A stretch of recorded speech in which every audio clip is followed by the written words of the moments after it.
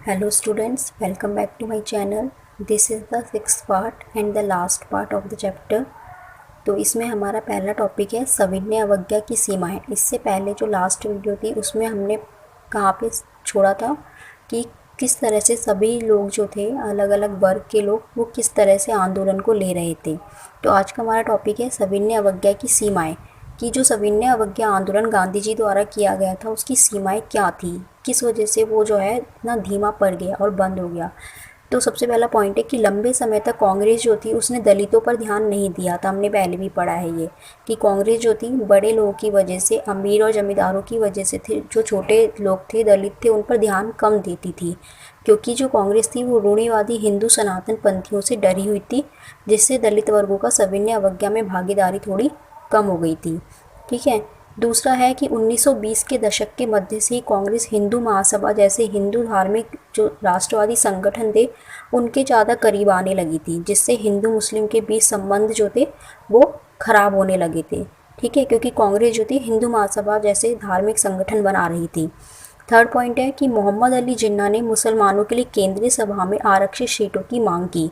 ठीक है, मुसलमानों के लिए वो चाहते थे कि कुछ सीटें रिजर्व्स की जाएं, लेकिन उनकी मांगों को स्वीकार नहीं किया गया और जब सविनय अवज्ञा शुरू हुआ तो उन्होंने उसमें भाग नहीं लिया, क्योंकि उनकी मांगें पूरी नहीं की गई, इसलिए उन्होंने आंदोलन में भाग लेने से मना कर दिया। तो इस तरह से लोगों का जो रुझान था वो सविनय अवज्ञा आंदोलन से हटता जा रहा था। इसके अलावा हम जो है पहले भी पढ़ चुके हैं, वो पॉइंट्स भी हम इसमें लिख सकते हैं। जैसे कि हमने पहले पढ़ा था कि जो अमीर किसान थे वो लगान माफ़ी के लिए जो है आंदोलन कर रहे थे, तो उनकी जो लगान घटे बिना ही गांधी जी ने जब आंदोलन को रोक दिया था तो उन्होंने बाद में जो है आंदोलन में हिस्सा नहीं लिया था। तो ये हम इसमें वो भी ऐड कर सकते हैं कि सविनय अवज्ञा आंदोलन कैसे धीमा पड़ता गया और लोग जो है उससे हटते चले गए। ठीक है, तो उसके बाद आता है पूना पैक्ट।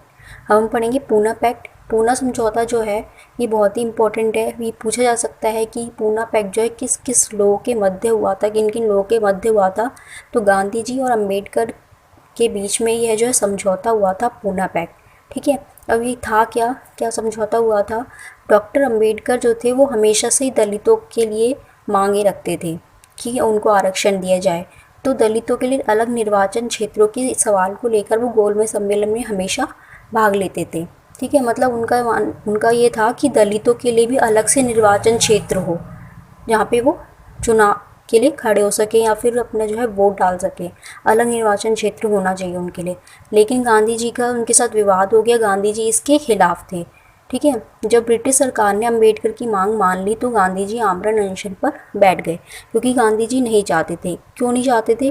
क्योंकि उनका मानना था कि दलितों के लिए अलग निर्वाचन क्षेत्रों की व्यवस्था से समाज में उनके एकीकरण की प्रक्रिया धीमी पड़ जाए, क्योंकि अलग अलग क्षेत्र में अलग समाज को अगर हम बांट देंगे तो इससे क्या होगा, जो निर्वाचन क्षेत्र है उसकी व्यवस्था से समाज में जो एकीकरण है उसकी प्रक्रिया काफ़ी धीमी पड़ जाएगी, यानी कि देश जो है बट जाएगा काफ़ी सारे हिस्सों में, और गांधी जी कभी भी नहीं चाहते थे। तो आखिरकार अम्बेडकर ने गांधी जी की राय मान ली और सितंबर 1932 में पूना पैक्ट पर उन्होंने हस्ताक्षर कर दिया, यानी कि दोनों के बीच में समझौता हो गया, गांधी जी और अम्बेडकर के बीच में। और समझौता ये हुआ था कि वो अलग निर्वाचन क्षेत्र कर रहे थे, तो ये बात तो नहीं मानी गई, लेकिन ये बात मान ली गई कि उनको जो है उनके लिए कुछ सीटें रिजर्व्स कर दी जाएंगी, कुछ सीटों पर जो है उनको आरक्षण दे दिया जाएगा। तो ये बात उन्होंने गांधी जी की मान ली थी और 1932 में दोनों के बीच समझौता हुआ, जिसे पूना पैक्ट कहा जाता है, क्योंकि ये पूना में हुआ था इसलिए इसे पूना समझौता कहा जाता है, और ये 1932 में हुआ था। इससे दलित वर्गों की केंद्रीय और प्रांतीय विधान परिषदों में जो सीटें थी वो आरक्षित कर दी गई थी, यानी कि उनके लिए अलग निर्वाचन क्षेत्र तो नहीं बनाया जाएगा, लेकिन उनकी सीटें जो है रिजर्व कर दी जाएंगी। तो ये था हमारा पूना पैक्ट।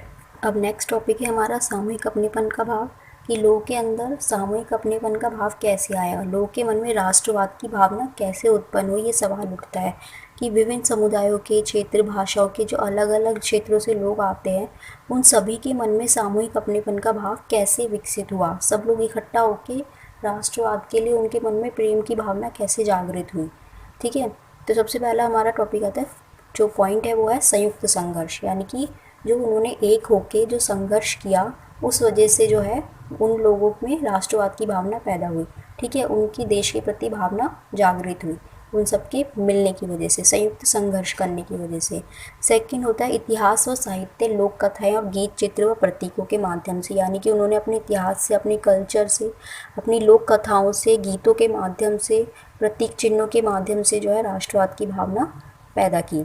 थर्ड, बंकिम चंद्र चट्टोपाध्याय ने भारत माता का चित्र बनाया और वंदे मातरम गीत भी लिखा।